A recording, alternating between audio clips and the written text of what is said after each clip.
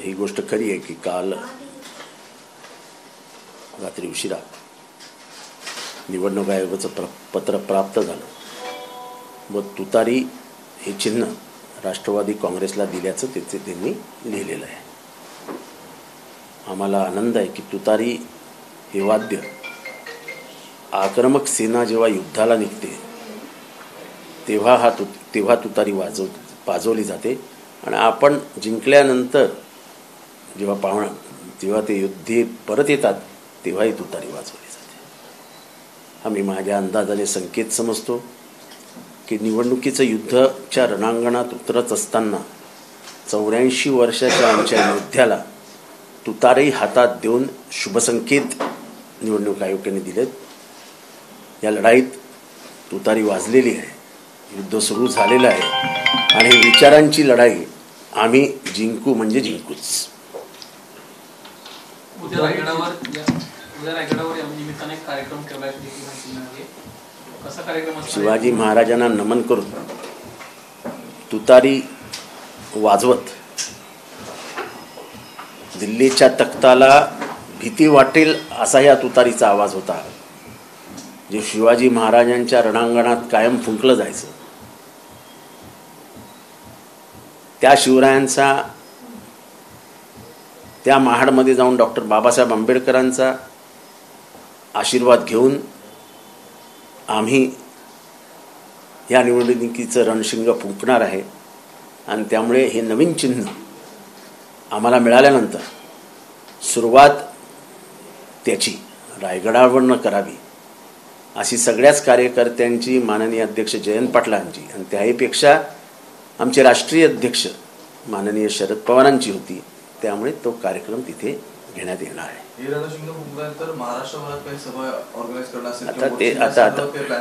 आता 26 तारखेला पवारसाहेब बसणार आहेत या बाबतीत आणि या बाबतीत बसल्यानंतर तेच पुढचा कार्यक्रम ठरवतो. हो, उद्याच्या कार्यक्रमाला शरद पवार स्वतः उपस्थित असणार. साहेब अख्ख्या घरात महाराष्ट्राच्या घराघरात चिन्ह पोचलं सुद्धा. ते अजून पसरवण्यासाठी वेगवेगळे मार्ग आहेत, ते आम्ही शोधून काढू मार्ग. तुम्ही 26 आता सांगितलं मीटिंग आहे, त्यानंतर माझ्या माहितीनुसार 27ला पुन्हा एकदा सगळ्यांना नेते महत्वाचे भेटणार जागा वाटपाच्या संदर्भात. कोल्हापूरच्या जागेबद्दल नक्की काय ठरतंय? मी मागच्या बैठकीत मी नव्हतो आणि ह्या बाबतीत माझी पवारसाहेबांशी कुठलीही चर्चा झालेली नाही. महाराष्ट्रामध्ये 11 ते 12 राष्ट्रवादी काँग्रेस जागा लढण्यासाठी आग्रही आहे अशी देखील माहिती आहे. खास करून मुंबईतली एक जागा नाही. कसं आहे की त्या जागेंविषयी बोलणं आता उचित ठरणार नाही. अंतिम टप्प्यावर चर्चा असताना त्या चर्चाबाबत माझ्यासारख्या कार्यकर्त्यांनी बोलणं हे म्हणजे धोरणाला धरून नाही. निवडणुका पाईपलाईनमध्ये एकीकडे नाव बदललंय, दुसरीकडे पक्ष तिकडे गेलाय आणि आता विषय आहे की पक्ष चिन्ह. या सगळ्या गोष्टींचा आता एकत्रित करून तुम्ही लोकांपर्यंत जाण्यासाठी कोणत्या अजेंडा? असे की लोकांना पक्ष काढून घेतला, शरद पवारांची निशाणी काढून घेतला, शरद पवारांनी जन्म दिलेला पक्ष काढून घेतला, याचा राग लोकांच्या मनात आहे. आणि हे जेव्हा कोर्टासमोर अजित पवारांचे वकील बोलले तेव्हा कोर्टाने हे सांगितलं त्यांना, तुम्ही काय करताय. पलीकडच्या बाजूला म्हणजे पाकिस्तानात जेव्हा चिन्ह काढून घेतलं गेलं आणि त्यांचं पक्षाचं नावही रद्द केलं तेव्हा तिथे काय झालं तेच तुम्हाला महाराष्ट्रात करायचं आहे का? हे पाकिस्तानशी महाराष्ट्राच्या राजकारणाची तुलना होणं हे माझ्यासारख्या मराठी माणसाला अत्यंत अपमानास्पद वाटतंय. पण दुर्दैवाने त्यांनी जे सांगितलं तेही खोटं नाही.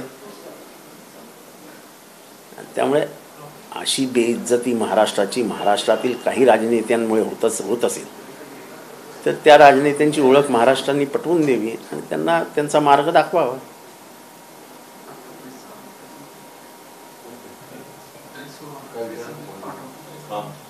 अनिल पाटील असे म्हटले की तुतारीचा आवाज तुमच्या स्टेजपुरताच मर्यादित राहील, जनसामान्यांपर्यंत पोहोचणार नाही. अनिल पाटलांना आमच्या पक्षात येऊन झाले म्हणजे राष्ट्रवादीत येऊन BJPतनं राष्ट्रवादीत येऊन झाले 4 वर्ष. तेव्हा कुठली निशाणी कुठपर्यंत जाते याचा कदाचित आणि शरद पवारांचा ऑरा आणि त्याची पोच माहीत नसलेले ते आहेत. कोण बोलत आहेत ते मला माहीत नाही.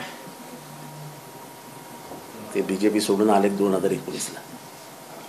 राष्ट्रवादी अजित पवार गटाच्या सगळ्या प्रवक्त्यांकडून एक ट्विट सातत्याने केलं जातंय की महाराष्ट्रामध्ये पक्षप्रवेश ठरलेला आहे, मोठा नेता येतोय आणि तुतारी घेऊन आम्ही त्या नेत्याचं स्वागत करायला सज्ज आहोत असं राज्यसभेची निवडणूक झाली, एक मोठा नेता येणार होता म्हणून संभ्रम निर्माण केला.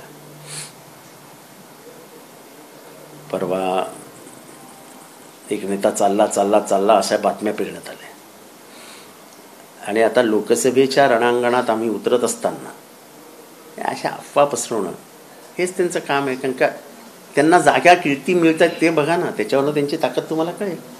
अशा अफवा जाणून बुजून संभ्रमाचं वातावरण तयार त्यांना दुसरं काय, कोण नेता आहे इथे? एक तर आमचे सर्वोच्च नेते आहेत शरद पवार, दुसऱ्या सुप्रिया सुळे आणि दुसऱ्या जयंत पाटील. कोण जाणार आहे? जयंत पाटलांनी तर खुलासा करून टाकलेला, मी अजिबात जाणार नाही म्हणजे नाही. ते उचका निष्कारण नावावर खेळायचं बरोबर नाही. तुम्हाला तुमचं राजकारण करा ना, राष्ट्रवादीतनं कोण येणार आहे जाणार आहे याची कशाला तुम्हाला काळजी आहे? म्हणजे अजूनही तुम्हाला तुमची ताकद वाटते यासाठी राष्ट्रवादीची परत गरज भासते का? तुमची ताकद नाही का पक्ष वाढवण्याची? मनोज जरांगेंना तर तुमचं ट्विट जे होतं ट्विटवर त्यांनी आणखीन एक हे केलंय की आव्हाडाची तुतारी बंद होणार आहे, कुणाला गाडण्याच्या पात्रतेचे आव्हाड अजून झालेले नाहीये, केवळ चाटुगिरी करण्यापलीकडे त्यांनी काहीच काम केले नाहीये, त्यांच्या बळावर त्यांनी एकही आमदार निवडून आणून दिलेलं नाहीये. तरी त्यांनी उदाहरण द्यावं की त्यांनी एकतरी आमदार निवडून आणलाय का, मग मग त्या जणांना गाडची भाषा करावी. मी आमदार निवडून आणलाय का नाही आणलाय ह्याच्यापेक्षा हे ट्विट कोणी केलंय? ट्विट कोणी केलंय? कोणी? एनसीपीने दिली आहे का? एनसीपी कोणी दिली ट्विट? अनिल पाटलांची उंची सांगितलं नाही. 13-14ला पडले, त्याच्या आधी पडले बीजेपीतनं, आयत्या वेळेस आमच्याकडे आले निवडून आले. ते कुठे सांगतात आम्हाला?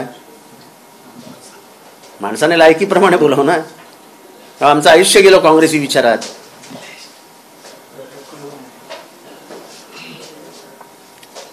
आणि तुम्ही पण कोणावरचे प्रश्न मला विचारताय यार?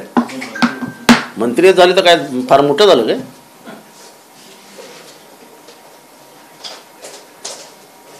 स्वतःच्या स्वागतासाठी शाळेतली पोरं बसून ठेवलेली रस्त्यावर, विसरले का तुम्ही?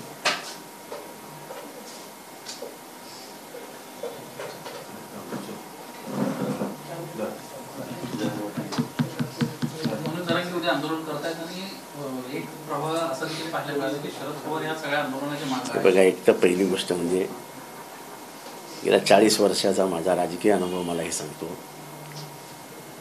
की शरद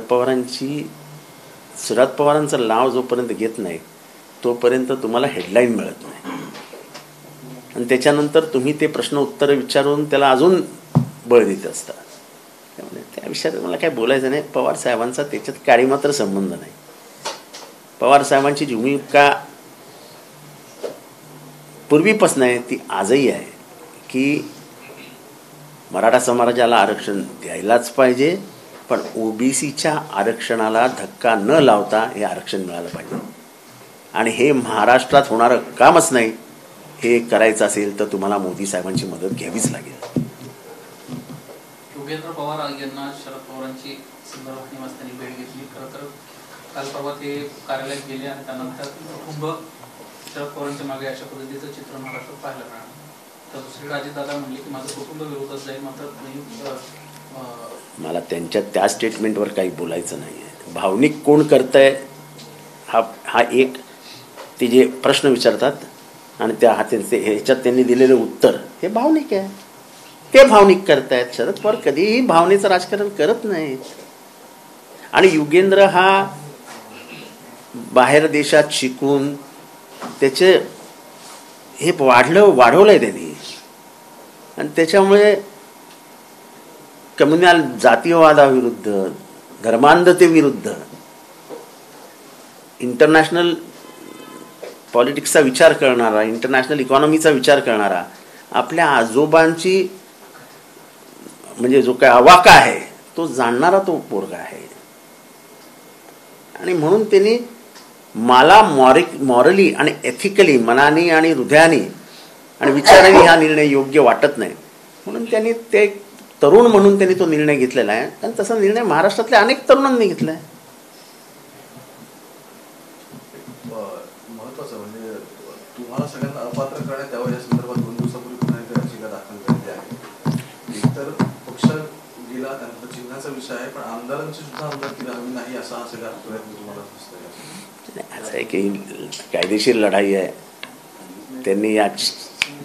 त्यांनी याचिका टाकली असेल, शेवटी त्यांचे तो अधिकार आहे आणि त्याला उत्तर देणं आणि कोर्टात झगडणं हा आमचा अधिकार आहे. एबीपी माझा, उघडा डोळे बघा नीट.